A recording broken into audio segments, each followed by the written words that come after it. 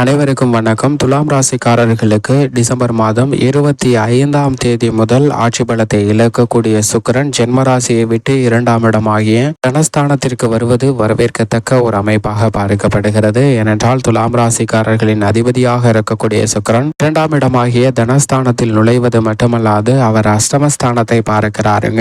7ஆம் பார்வையாக 8ஆம் இடத்தை பார்க்கக்கூடிய சுக்கிரனின் அமைப்பு பொருளாதார ரீதியாக ஏற்படக்கூடிய தடைகளை விலக்குவதால் நீங்கள் நினைக்கக்கூடிய காரிய வெற்றிகள் நிறைந்து பெறக்கூடிய இனிமையான தருணமாக அமைய போகிறது. தனஸ்தானம், குடும்பஸ்தானம், வாக்குஸ்தானம் வலுப்பெறக்கூடிய இந்த தருணத்தில் மிக அற்புதமான மாற்றங்களை சந்திப்பதற்கான வாய்ப்பும் யோகமும் துலாம் ராசிக்காரர்களுக்கு கிடைக்கிறது என்பதை ராசியின் அதிபதியான சுக்கிரன் தெளிவாகவும் துல்லியமாகவும் உறுதிப்படுத்துகிறார்.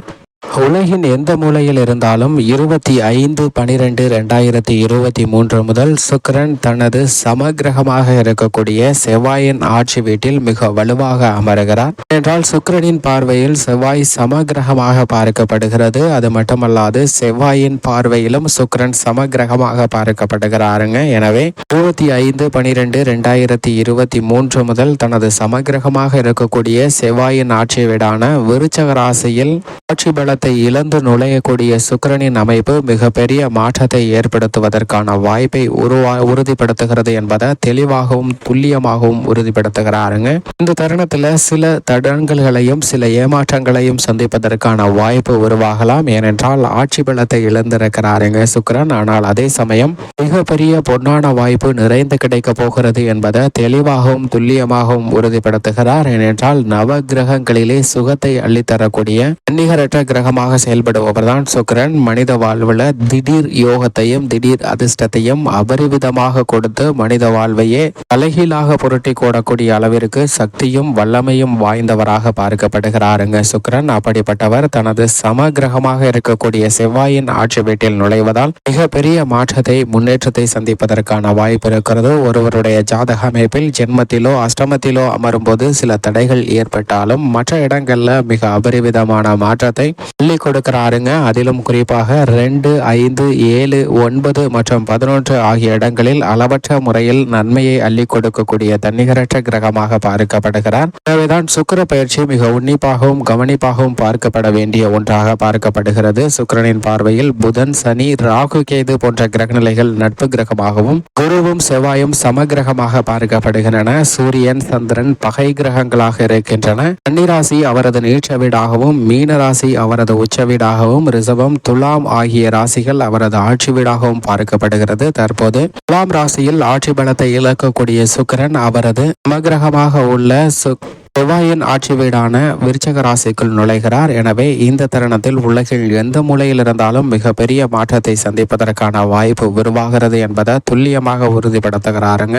ஏனென்றால் உதாரணமாக ஒரு மனிதர் ஒரு வேலைக்கு ஒன்று விண்ணப்பம் செய்கிறார். அந்த வேலையானது ஒரு மணி அடிக்கக்கூடிய வேலையாக பார்க்கப்படுகிறதுங்க. அதாவது ஏலம் முடிந்து அடிக்கக்கூடிய மணியை ஒழிக்கக்கூடிய நபருக்கான வேலை வாய்ப்பாக பார்க்கப்படுகிறது. நிரந்தர வேலை வாய்ப்பு என்பதால் பலர் இந்த வேலைக்காக விண்ணப்பம் செய்கின்றனர். அப்படி செய்த பலரில் இந்த நபரும் ஒருவராக இருக்கிறாருங்க. அவர் அந்த வேலைக்காக செல்லும் போது அவரிடம் சரியான தகுதி, படிப்பு போன்றவை இல்லை என்று அவருக்கு அந்த வேலை கொடுக்காமல் நிராகரிக்கப்படுகிறது. இதை பார்த்தவுடன் அந்த நபர் துவண்டு போகவில்லை, உடைந்து போகவில்லை. தனக்கு என்ன வரும் என்றதை பற்றி சிந்திக்கிறார். அப்படி சிந்தித்த நபர் தனக்கு வரக்கூடிய ஒரு தொழில் ஒன்றை சிறிதாக மூலதனம் கொண்டு அவர் முயற்சி செய்ய ஆரம்பிக்கிறாருங்க.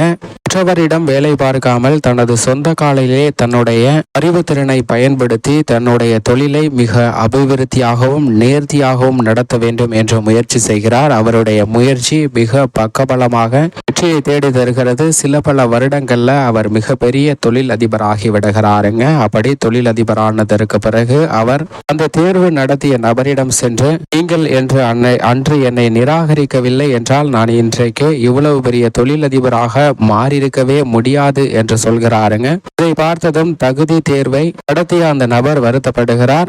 தகுதி இல்லை என்று ஒதுக்கிய ஒரு நபர் இவ்வளவு பெரிய வளர்ச்சி அடைந்திருக்கிறாரே, என்னையும் மீறி வளர்ந்து விட்டார் என்று வருத்தப்படுகிறாருங்க. அதே போன்றுதான் இன்னொரு உதாரணமாக ஒரு தனியார் துறை ஆசிரியர் வேலை வாய்ப்பானது அறிவிக்கப்படுகிறது. அந்த வேலைக்கு பல 100 பேர் விண்ணப்பம் செய்கின்றனர். அதில் ஒரு நடுநிலையான திறன் பெற்ற ஒரு நபர் விண்ணப்பிக்கிறாருங்க. அவருக்கு எல்லா கல்வி தகுதியும் இருக்கிறது. காணப்படுகிறது. ஓரளவிற்கு அவருடைய திறமையும் வெளிப்படுத்துகிறார். இருந்தாலும் அந்த வாய்ப்பு அவருக்கு மறுக்கப்படுகிறது. ஏனென்றால் அவருக்கு போதிய அளவிற்கு திறன் இல்லை என்று அவருக்கு அந்த தனியார் துறை வேலை வாய்ப்பானது நிராகரிக்கப்படுகிறது. உடனடியாக அந்த நபர் தன்னுடைய திறனை வளர்த்து கொள்ள வேண்டும் என்று முயற்சி செய்கிறார். தொடர்ந்து படிக்கிறார். பல பயிற்சி நிறுவனங்கள்ல பயிற்சி பெறுகிறாருங்க. அப்படி பயிற்சி பெற்றவர் அரசு நடத்தும் போட்டித் தேர்வில் வெற்றி பெற்று ஆசிரியராக பணியமர்த்தப்படுகிறாருங்க.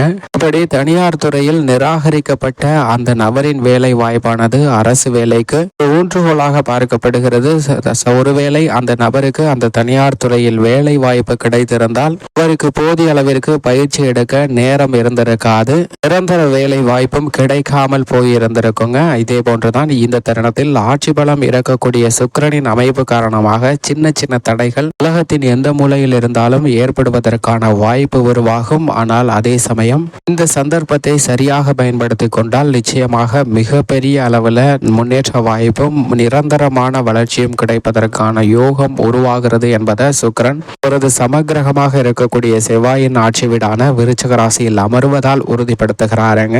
எனவே இந்த சந்தர்ப்பத்தை நழுவ விட்டு விட வேண்டாம். சுக்கிரனின் அமைப்பு இப்படி வலுவாக இருக்க குடும்ப சூழ்நிலை எப்படி அமைகிறது என்று பார்க்கும் போது துலாம் ராசிக்காரர்களின் குடும்ப சூழ்நிலையை பொறுத்த வரைக்கும் ராசியின் அதிபதியான சுக்கிரன் ஜென்ம ராசியை விட்டு விலகி குடும்பஸ்தானத்திற்கு வருவது மிக பெரிய அளவில் நன்மை, குடும்ப ரீதியான முன்னேற்றத்திற்கு கிடைப்பதற்கான வாய்ப்பையும் யோகத்தையும் உறுதிப்படுத்துகிறது. குடும்பஸ்தானம் மிக வலுவுள்ளதாக மாறக்கூடிய இந்த தருணத்தில் குடும்ப ரீதியாக இருக்கக்கூடிய மன சிக்கல்கள், கருத்து வேறுபாடுகள், பல்வேறு வகையான மனஸ்தாபங்கள் அனைத்தும் நீங்கி ஒற்றுமை கிடைப்பதற்கான வாய்ப்பு உருவாகிறது. நெருங்கிய உறவினர்களிடம் ஏற்பட்ட மனக்கசப்பு கூட மறைந்து இந்த தருணத்தில் இணக்கம் ஏற்படுவதற்கான வாய்ப்பு நிச்சயமாக உருவாகிறதுங்க. பல்வேறு வகையில பூர்வீக சொத்துக்கள், நிதி சார்ந்த விஷயங்கள்ல ஏற்பட்ட தடைகள் தற்போது தனஸ்தானத்திற்கு வரக்கூடிய ராசியின் அதிபதியின் அமைப்பு காரணமாக விலகுகிறது. எனவே குடும்பத்தில் கொடுக்கல் வாங்கலில் இருந்த சிக்கல்கள் வெகுவளவு குறைவதோடு மட்டுமல்லாது நல்லதொரு மாற்றத்திற்கு வித்திடுகிறது. அது மட்டுமல்லாது குடும்ப வருமானம் உயரக்கூடிய இனிமையான தருணமாக பார்க்கப்படுகிறது. இந்த தருணத்தில் திட்டமிட்ட காரியங்கள் அனைத்திலும் ஜென்மராசியை விட்டு விலகக்கூடிய ராசியின் அதிபதி வெற்றிகரமாக மாற்றி கொடுக்கிறாருங்க. இது வரவேற்கத்தக்க ஒரு அமைப்பாக பார்க்கப்படுகிறது. உத்தியோகம் மற்றும் தொழில் ரீதியான பணிகளில் ராசியின் ராஜயோகாதிபதியாக இருக்கக்கூடிய சனி சுக்கிரனின் நட்பு கிரகமாக இருக்கிறார். அவர் சாதகமாக சஞ்சரிப்பதால் உத்தியோகம் தொழில் ரீதியான பணிகளில் நல்ல வளர்ச்சி கிடைக்கும். சுக்கிரனும் வலுவாக தனஸ்தானத்தை உறுதிப்படுத்துவதால் புதிய வாய்ப்புகள், பொருளாதார ரீதியான சிக்கல்கள் போன்றவற்றில் ஏற்படக்கூடிய தடைகள் விலகுகிறது. நல்ல முன்னேற்றத்தை நிறைந்து வருவதற்கான வாய்ப்பை துலாம் ராசிக்காரர்களுக்கு மிக அபரிவிதமாக கொடுக்கிறாருங்க. கலைத்துறை மற்றும் அரசியல் துறையின் நாயகனாக இருக்கக்கூடிய சுக்கிரன் மிக வலுவாக தனஸ்தானத்தில் அமர்வதால் புதிய வாய்ப்புகள் பல மடங்கு உயரக்கூடிய ஒரு தருணமாகவும், பொருளாதார ரீதியான முன்னேற்றம், சௌகரியமான வாழ்க்கை அதிகரிக்கக்கூடிய இனிமையான தருணமாக அமைகிறது என்பதை தெளிவாக உறுதிப்படுத்துகிறாருங்க. விவசாயம் சார்ந்த பணிகளிலும் நல்ல வளர்ச்சி கிடைக்கிறது. ஆடு மாடு கோழி வளர்ப்பிலும் நல்ல முன்னேற்றம் பெறக்கூடிய இனிமையான தருணமாக பார்க்கப்படுகிறது. பெண்மணிகளை பொறுத்த வரைக்கும் இந்த தருணத்தில் குரு 7லும் 2ல் சுக்கிரனும் அமர்வது பெண்மணிகளுக்கு அதிர்ஷ்டம் நிறைந்த ஒரு அமைப்பாக பார்க்கப்படுகிறது. பெண்மணிகளுடைய எதிர்பார்ப்பு எவையாக இருந்தாலும் அவை இந்த தருணத்தில் பூர்த்தியாகும் என்பதை 2 கிரகநிலைகளும் வலுவாக சஞ்சரிப்பதால் உறுதிப்படுத்துகின்றன. இது வரவேற்கத்தக்க ஒரு அமைப்பாக பார்க்கப்படுகிறது. மேலும் இந்த தருணத்தை துலாம் ராசிக்காரர்கள் மிக சிறந்த மகிழ்ச்சிகரமான தருணமாக மாற்றிக்கொள்ள நிச்சயமாக வாரத்தில் வெள்ளிக்கிழமை விரதமிருந்து அருகாமையில் உள்ள அம்மன் ஆலயம் சென்று தீபமேற்றி வழிபாடு செய்யுங்கள். நிறைந்த நன்மையும் முன்னேற்றமும் உங்களுடைய வாழ்வில் நிச்சயமாக இனிதாக கிடைக்கும் என்பதில் சந்தேகமே இல்லை.